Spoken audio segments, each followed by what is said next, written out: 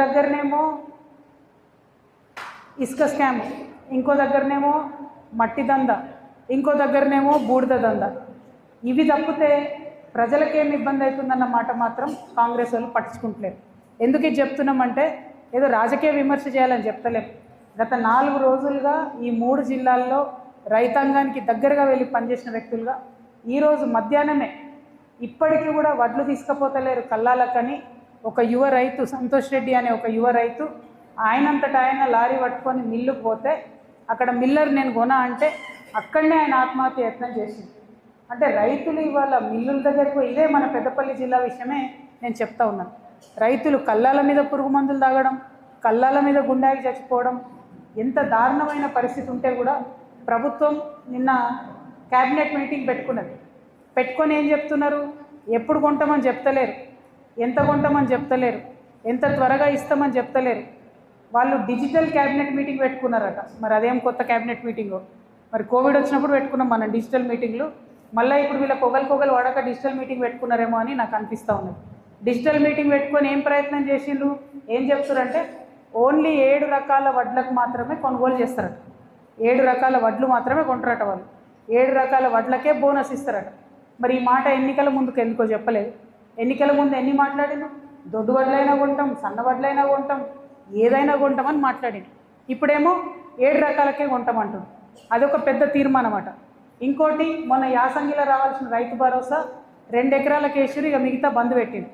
అంటే మీ పాలసీ 2 ఎకరాలకే వేసుడా రైతు భరోసా? ఆ విషయం చెప్పండి. ఆ విషయం చెప్పడానికి భయం ఎందుకు? అది చెప్పకుండా ఏమంటారంటే మళ్ళా జూలై 30 తారీఖు నాడు, జూన్ 30 తారీఖు నాడు ఆయన సీఎం గారు మీటింగ్ పెట్టి ఖమ్మం జిల్లాకు పోయి అక్కడ రైతు భరోసా వేస్తాడు. మరి ఈసారి ఎన్ని ఎకరాలకు వేస్తారు? 2 ఎకరాలకు వేస్తారా, 1 ఎకరంకి వేస్తారా? వానాకాలం పంట రైతు బంధు ఈ నెల 30 తారీఖు వేస్తారట. అంటే ఎండాకాలంకే దిక్కులేదు మొత్తం, మళ్ళీ వానాకాలంలో మళ్ళీ మోసం చేయడానికి బయలుదేరింది. అంతేకాదు మీరు ఎక్కడికి పోయి చూడండి యూరియా అన్న దొరుకుతలేదు. ఇవాళ కొత్త యాప్ పెట్టింది. ఆ దేశంలో ఏ రాష్ట్రంలో లేదు, ఇక్కడ మాత్రం యూరియా యాప్ పెట్టింది. ఎందుకు పెట్టాలి యూరియా యాప్? మళ్ళీ ఇలా క్యాబినెట్ తర్వాత సీతక్క గారు ఏమంటున్నారు, మొన్న మేల రావాల్సింది మనకు రాలేదు యూరియా కేంద్ర ప్రభుత్వం నుంచి, కాబట్టి వచ్చే నెల పోతారట వీళ్ళు ఢిల్లీకి. అంటే మొన్న మేల రావాలంటే ఒంట్లో భయం ఉన్న సర్కార్ అయితే, రైతు మీద ప్రేమ ఉన్న సర్కార్ అయితే జనవరిలో పోయి కూర్చోవాలి ఢిల్లీలో. మే వరకు మాకు అవసరం ఉంటుంది, మా దగ్గర ఖచ్చితంగా యూరియా కావాల్సిందని నువ్వు జనవరిలో పోయి కూర్చొని ఢిల్లీకి వెళ్ళి తీసుకురావాల్సింది. పోకుండా ఇప్పుడు రాలేదని చెప్పి 2 నెలలు ఆలస్యంగా చెప్పి మళ్ళీ వచ్చే నెల ఢిల్లీకి పోతారట. నువ్వు ఢిల్లీకి పోయేది ఎప్పుడు, మనకు యూరియా వచ్చేది ఎప్పుడు, రైతులకు యూరియా వచ్చేది ఎప్పుడు, వాళ్ళ పంటలు నడిచేది ఎట్లా? ఈ విషయాలు దయచేసి బాధాకరం అనిపిస్తుంది.